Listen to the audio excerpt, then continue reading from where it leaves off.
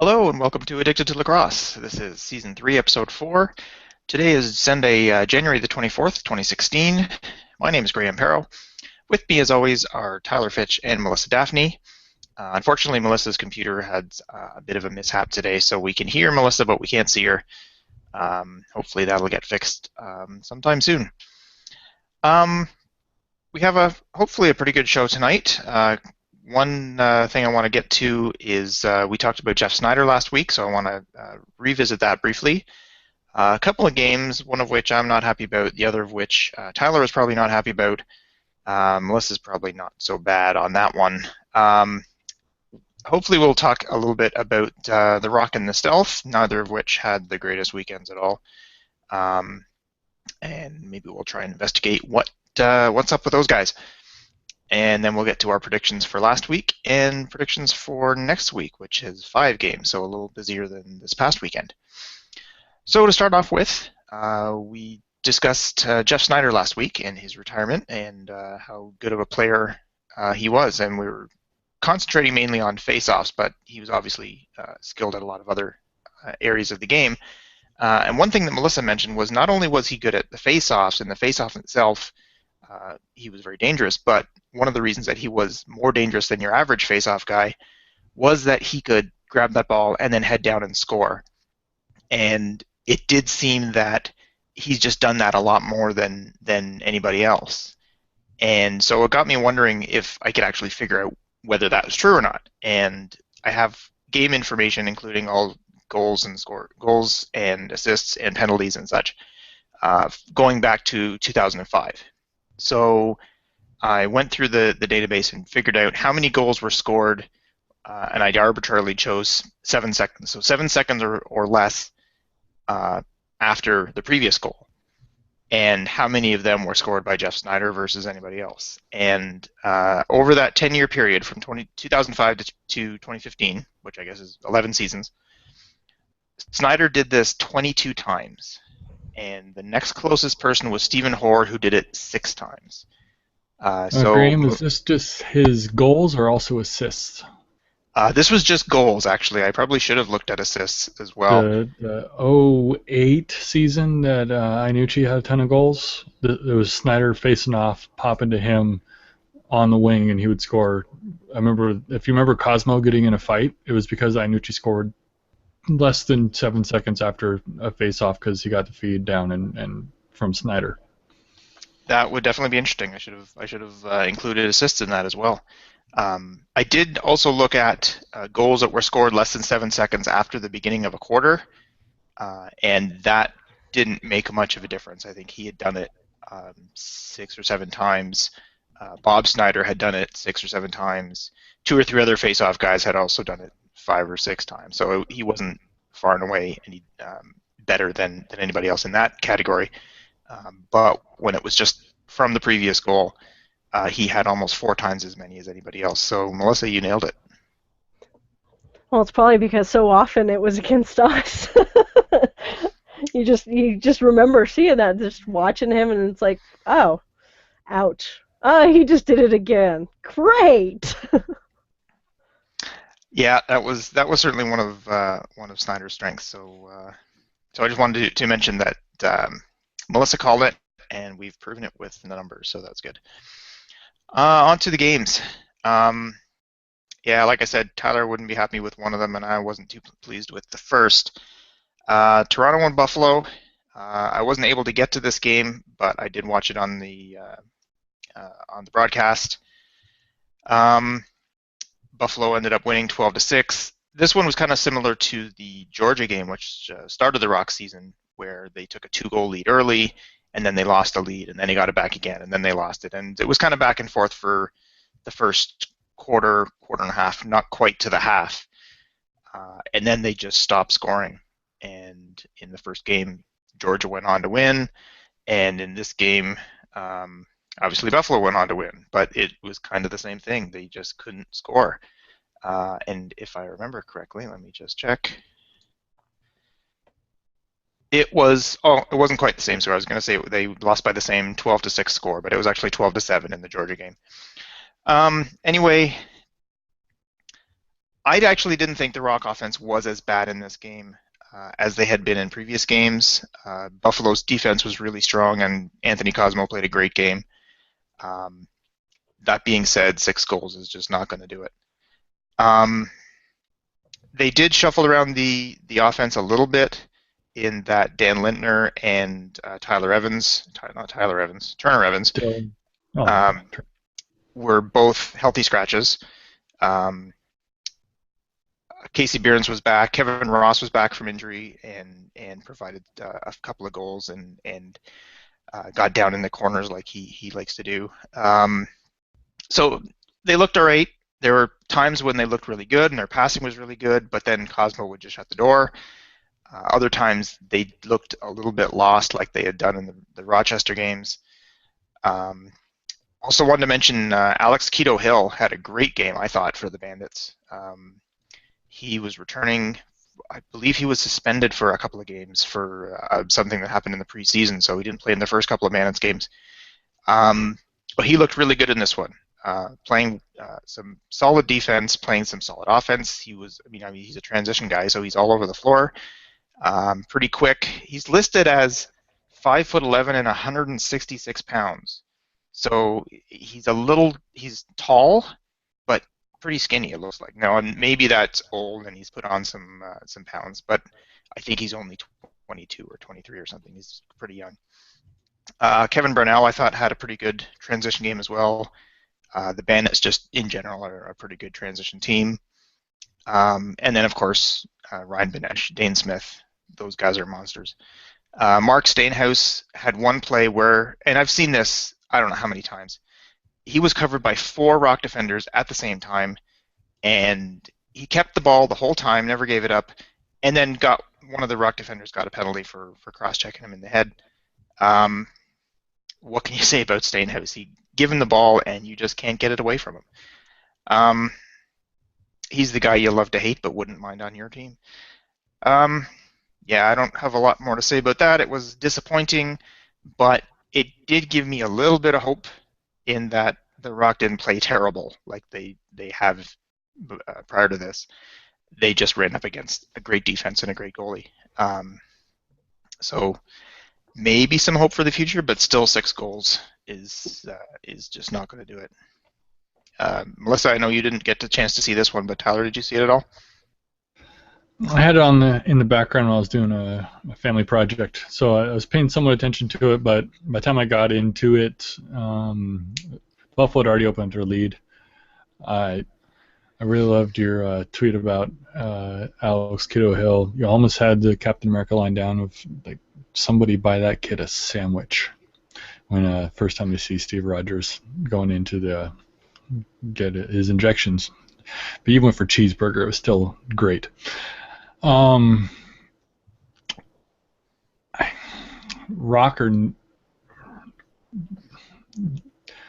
they're missing what? Sanders, the quarterback, I guess, is what they're missing. There's no settled offense. Everybody's trying to do it themselves, is what I'm seeing, I think, and it's not working out as a team. And so that maybe they can get a couple goals early as individuals, but for 60 minutes, it's not clicking for them as a whole, and they're in a world of hurt. They're this year's version of the Calgary Roughnecks from last year. I think they're 0-6 to start the year, so there's still plenty of time to not give up hope, though they do have one more team in their division. Roughnecks just had to beat one team. You would have to get ahead of 2 teams at this point to make a playoff run later in the year if you can start clicking. So I have a lot of concern for the current state of the Toronto Rock. Any thoughts about what you've heard here, Melissa?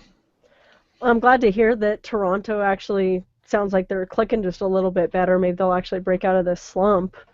But yeah, I mean, the Bandits are a tough team. They seem to play up to or down to their opponents. And if they're playing somebody who really is playing better, then they can sometimes dismantle themselves with penalties and things like that. But in general, they're just a really tough team. So it doesn't surprise me that a struggling Toronto Rock had a little bit more problem with them. But hopefully it'll have given them some hope for next week that they can break out of this slump that they're in. I'd hate to see them continue down this road because it just doesn't seem like the team that we know. No, other than a couple of years in 2007, 2008 area, yeah, the Rock have been one of the at least one of the better teams in the league since their inception, and so this is certainly out of character. Um, yeah, we'll get to that a little more a little bit later. The other game, which I also saw, and I want to get you guys to discuss as well, was of course Colorado beating Vancouver 14-5. And if we thought the Toronto game was kind of a runaway victory for Buffalo, this one was even more so for Colorado. Vancouver never led in this game at all. They didn't even score till a couple of minutes into the second quarter. They didn't score at all in the fourth, though Colorado didn't either, but by that point they were winning by 9, so they weren't quite as concerned. I watched this one as well right after the Rock game. Dylan Ward was amazing. So, I mean, you can't put it all on the stealth offense for not being able to score, because when they did get their opportunities, he was just shut the door. So he had a great game. They did hit a lot of posts and crossbars. It seemed that anytime the stealth looked like, okay, we're gonna break out of it, we've got the passing down now, and now we just need a couple to get by, and we'll get our confidence back, and we'll be right back in that. And then they'd get in there and they'd hit a post, or somebody would desperately, throw a stick up. Some of the defenders would throw the stick up, and they'd hit the stick, and it would go off to the side or something. They just couldn't buy a break, it seemed. But it was a pretty disappointing game from the stealth point of view, I'm pretty sure. Tyler, what do you think? Total Jekyll and Hyde thing going on. I think my thought during the game last night, I tweeted, was, can we just hypnotize the entire stealth roster to think they're on the road? I don't know what the difference is, but most games in Langley, they come out uninspired, maybe is the description I would go for. Came out super slow last night, looked nothing like the team we saw a week before, but 2 weeks ago when they were at home against New England, they didn't start as slow, but the general outcome was about the same. And I can't pinpoint anything. I mean, they had minor roster tweaks between here and there. And Colorado was already good. We know that they put up 16, 15, and 16, something along those lines in the first two games, and 14 last night. So, yay, the stealth held them under their average, though. Silver lining, that's the fourth quarter. Yeah. So like you said, nobody scored in the fourth quarter. By that point, both teams were just trying to have that clock go and get done. They knew it was over, which is also sad. The idea that it seems like, 9 goals at the half or whatever it was would be reasonable, but 9 goals in the fourth quarter, no, we're not going to get that this week. And it's like a terrible mindset possibly there. They didn't click. They didn't have, I know why they didn't click, sorry. I don't know why I didn't think about this. No Garrett Billings. Huge difference. Keegan Ball came in and played on the right side, so the stealth were reflective of their 2015 team minus the quarterback, though Billings was there in the first game, so they also had poor performance there. So definitely missing Garrett Billings on offense. He definitely sets things up better than anybody else they have by a long ways. Huge difference. And maybe that had everybody in their mind, like, oh boy, we don't even have Garrett. What are we going to do here? But the Mammoth didn't care. Mammoth said, we're going to do what we do. And they controlled all aspects of the game. Callum Crawford has been an incredible addition to their team. I thought maybe he'd be hit or miss. He's a little bit older, but older relative to the Swarm means nothing. But but even then, he's a little bit older than most guys in the league, and he's taking the opportunities he gets and capitalizing. Lots of goals, lots of shots. He's flourishing, and I think when you have John Grant, Adam Jones taking the top defenders away on not even his half of the floor, but still it's opening stuff up for him, and they did a great job recruiting him. I don't know if they had to recruit him because he was a free agent, so people probably had offers to him. Whatever they did to get him to show up is working, and they are, I think, number one in the power rankings on Isle Indoor, and they'll stay that way for a while. They could lose a game and still hold that spot because they just look that much better than everybody. And so let's focus on the happy stuff with them instead of the bad stuff with the Stealth. Any happy thoughts on your 4-0 Colorado Mammoth, Melissa? I'm definitely surprised. What I'm also surprised about is that John Grant Jr. had 5 goals on the night. So apparently he was just on fire. I mean, Adam Jones only had 2. I mean, this is the man who just last week had a sock trick. So you would think with Vancouver seemingly struggling just a little bit this game that it might have been a little more diverse amongst the Mammoth offense. So to see John Grant Jr. just so heavy on the goals was kind of surprising. A lot of those goals were also power play goals. So suddenly it's a little tricky. But I'm definitely excited to see that they are starting off so strong.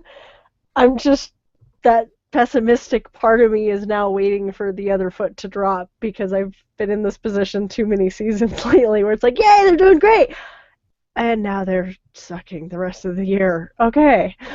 So I'm trying to be really optimistic and enjoy what it is, but there's that part of me that's just worried that we're just doing really well for the first half of the season. So I'm trying not to get my hopes up too much. But it makes me look forward for the next few games a little more than maybe I was coming into the season. All right. I guess we can continue along those lines. I was going to say maybe we can discuss what we think is wrong with the Rock and the Stealth. I was kind of hoping that Game 1 of the Stealth was the anomaly and Game 2 was more like what we would see. But like you said, Tyler, they seem to have reverted back to their style of play in Game 1. I don't remember if I think they bounced back and forth between Penny and Levis a couple of times in that game. Though I seem to remember Penny played the entire second half and only allowed 2 goals, so I guess that was kind of a plus. But like we said, the Mammoth were already up by 9 at that point, so they were probably not pushing quite as hard as they might have otherwise. So I guess you kind of already answered this, Tyler, but any thoughts on what might be wrong with the Stealth? Yeah, the biggest issue that came to their offensively was the missing of Garrett Billings and driving the offense through him. Defensively, I couldn't place it. I mean, they've given up a ton of goals to New England and Mammoth now, and so I was watching to see if it was Penny letting in shots or the defense hanging him out to dry.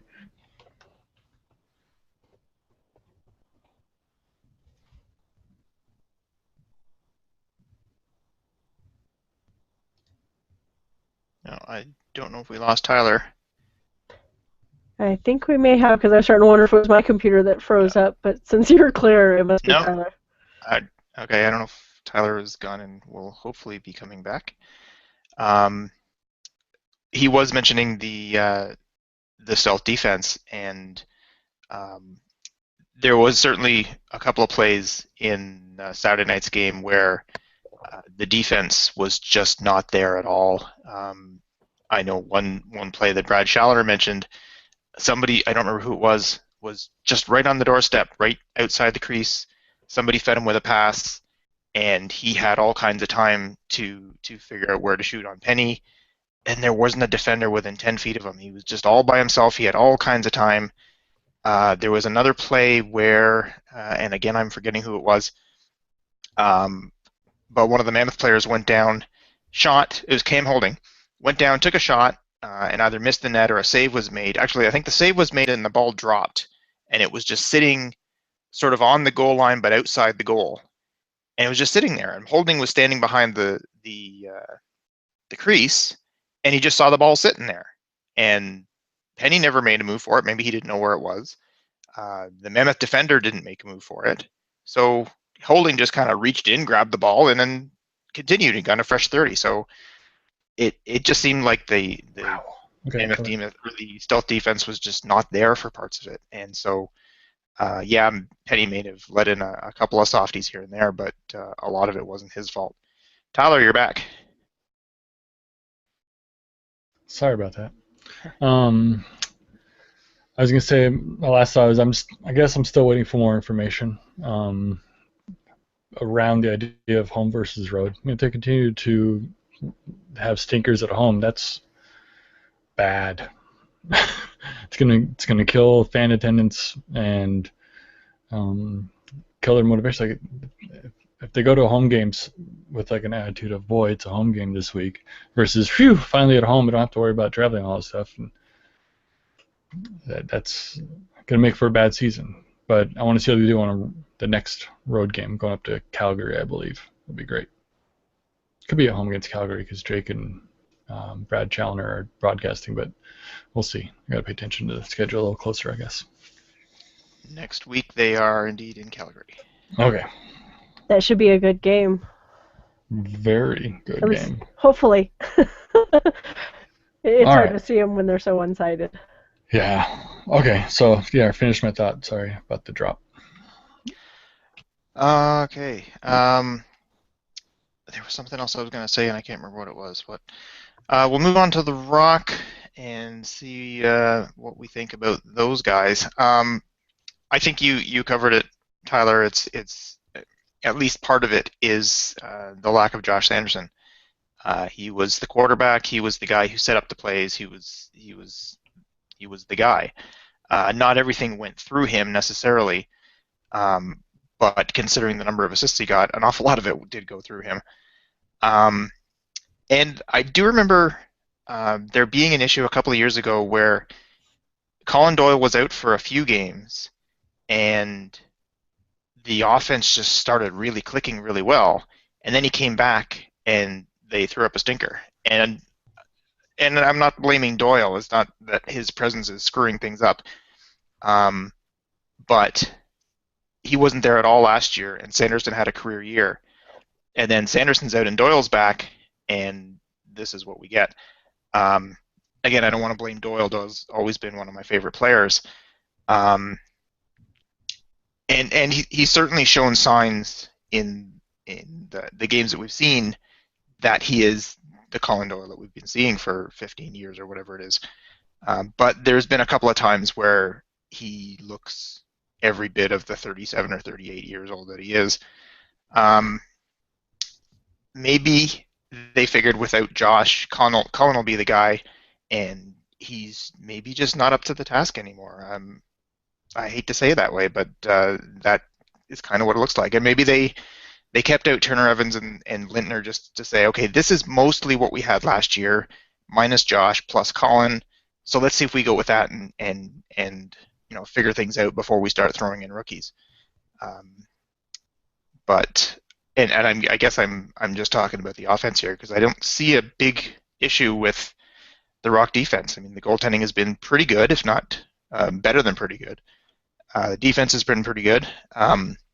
Again, they kept the Nighthawks. What did they do? Kept the Nighthawks to 12 goals. Actually, they've lost all 4 games by 12 goals. So allowing 12 goals is not so bad.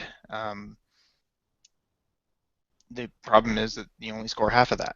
That's one thought I was going to have is the Rock may be 0-4, but their goal differential for the season might be equal to the Stealths because the Stealths have been so bad in their 2 games.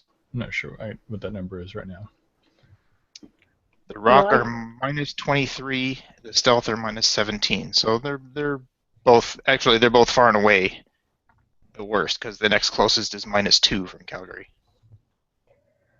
I don't know, Graham. I can kind of feel that pain when it seems like the defense is doing all they can, but I mean, if your offense isn't scoring, then it doesn't matter how well your defense is playing. It's been the Mammoth for the past several years. We've seen them doing that exact same thing where one end of the field just isn't clicking, and so it doesn't matter how good the other side's playing.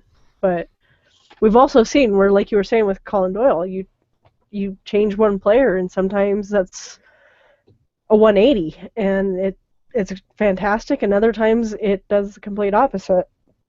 We've definitely seen it with on the Mammoth with some of the players that they've tried to force in there that it just doesn't work, and they change something, and all of a sudden it's like a different team. So Doyle was totally the quarterback in the San Jose years. His 3 years there, he led those players, and he had young players around him that he was nurturing, like Reese Dutch. So he can do that role. I just don't know why he's not clicking at the moment with performing the same task other than age in Toronto. So I started a mini Twitter conversation last night saying if the Rock do have to make some moves and some trades here, what do they do? Obviously, they're not going to trade away any of their offensive guys. I guess if you want to trade an offensive guy or a different offensive guy, if you think that might be the problem, then great. But whenever I think trade, I always think, okay, what does the team have in abundance that they can maybe get rid of? Not get rid of, but lose and still be a decent team. So if you've got a ton of defense, you can give away some defense for some offense if that's your problem. So what do the Rock have a lot of? They have two really good starting goaltenders. So Brandon Miller requested a trade to Toronto because he wanted to be close to home. He's 36. He's not likely to be shipped off to Georgia or to Colorado or to anywhere. So he wants to remain with the Rock. Trading him is not likely an option. So maybe Nick Rose. Did they trade Nick Rose? The question is, who needs goaltending? And I suggested Nick Rose to Vancouver for Garrett Billings, but I don't think that's going to happen. And of course, it's awfully early in Eric Penny's starting career to say, okay, he's a bust, let's get somebody else. Yeah, it'd be about salvaging the season, not just long-term dumping Penny. Right. But who else needs goaltending? Nobody really. So just do they? Stealth. But not. Yeah, it sucks to say that about the kid, but at this point, he's got 2 bad games. And then he faced the defending champs in Saskatchewan in their hometown and played a whale of a game. So it's really odd. It's like you said, the whole Jekyll and Hyde thing happening in Vancouver. But do the Georgia Swarm need a veteran goalie? They have 2 young guys, which has been working reasonably well so far. But do they want? I was going to say, do they want a veteran backup for Zach Higgins or for Brody McDonald, one or the other? I don't know which one of them they would want to go with, but I'm not sure that's really their problem. New England is probably quite happy with the way Evan Kirk is playing. Cosmo's having a pretty good year so far. There's no way the Nighthawks are going to do anything at the goaltender position or the Rush. And Calgary is pretty happy with their trio of goaltenders. So sure, we've got Nick Rose to trade, but if nobody's going to take him, you're not going to get anything for him. So, and as Melissa and I were talking briefly before the show, trading in this league is a little weirder than if you're talking trades in baseball or hockey or other sports, because you've got people who want to play in a certain city because that's where they live. Frequently, that's Toronto or Vancouver. Or they want to play close to there, and they're just not going to be traded. So you might look at a trade in the NHL and say, well, maybe they'll trade this guy or maybe they'll trade that guy. Are the Rock going to trade Colin Doyle? Probably not, because they know that Doyle will just say, I want to play in Toronto. I don't want to play anywhere else, and I'll retire if you trade me. Or I won't report or something. No team will reverse it. No team will except Doyle because he's not going to show up. Right. So you can look at all these trade possibilities, and 75% of them are just not going to happen at all. Same with when the Bandits were struggling. Well, maybe they could trade Tavares. Well, they're not going to trade Tavares. You just know that. So you can take that off the table right now. Anyway, so now that we have totally not solved the rock or the stealth problem, let's move on to our predictions. What did we do last week? I went 1-0. Sorry, 1-1. Melissa was 2-0, so Melissa continues her hot streak. Tyler, not so much. So Tyler and I are now 5-9 tied on the season. Melissa is ahead of us at 500, 7-7. So, as I think we did last week as well, Melissa, you get to go first. Yeah, we'll see how long this streak goes. So for Georgia and Toronto, I found that game kind of difficult to choose because we've seen Georgia play kind of hot or cold, and you never know which team is going to show up. And with Toronto being on, I do think they're on the edge of breaking this losing streak, but I don't know if it's this week or not. And so I'm going to go with Georgia just because Toronto still may be struggling. And with a week off to rest, that could either help or hurt Georgia. So we'll see which it is. So I'm probably going to regret this choice, but we'll stick with Georgia. It's Colorado and at the Rush. I'm going to pick the Rush. I just think they're a better team there, and we'll see. If I'm going to keep picking against my team and they win, then I still win, right? Buffalo, New England. We're going to go with Buffalo. I just think they're the stronger team right now until New England proves me wrong. And with Georgia and Rochester, I'm going to go with Rochester. I think playing back-to-back games is always hard, especially when you're playing a fresh team. And so Rochester just has the edge right there, especially it's at home. With Vancouver and Calgary, we're going to go with Calgary. What about you, Graeme? Or do you want? Well, let's go with Tyler. That way you can just sign us off. Alrighty then. Let's see. The Georgia-Toronto. I'm going to go with Georgia because they did it before, so they can do it again, barring any big changes on the Rock side during the week. I don't see. I haven't seen enough from them to put them over the top. Colorado at Saskatchewan. I'm going to go ahead and go out on a limb and pick the 4-0 team to win that game. It does seem odd that seems like a out on a limb kind of pick, doesn't it? And yet it's going to be in the minority, not to give away some of the other people's picks who haven't picked yet. Buffalo at New England. I'm going to go ahead and go with New England. They're on a good start for the season. They have, I think, a ton of confidence with their new coach and having Crowley and Sean Evans together, causing headaches for people. So I think I can see them beating Buffalo. Georgia at Rochester. Same aspect that Melissa had. A second night on the road, a little wear and tear. Rochester will be fresh. I got Rochester winning that one. And last pick is Vancouver at Calgary. I'm going to go with the Hides part of the Jekyll. Well, no, sorry. Jekyll and Hyde. Yeah, Dr. Jekyll, Mr. Hyde. Who's the bad one? I'm thinking of Frankenstein, which is not even two people. I think Dr. Hyde. Or, yeah, Dr. Jekyll, Mr. Hyde. So Hyde. Yeah, Mr. Hyde's the scary one. Yeah. So let's not have that. Thank you. Dr. Jekyll on the road, Vancouver stealth on the road. Let's get that final piece of information that they're great on the road, and I can have them beat Calgary. Hopefully, really not a strong, enthusiastic pick for me, but let's see what happens. Who do you got, Graeme?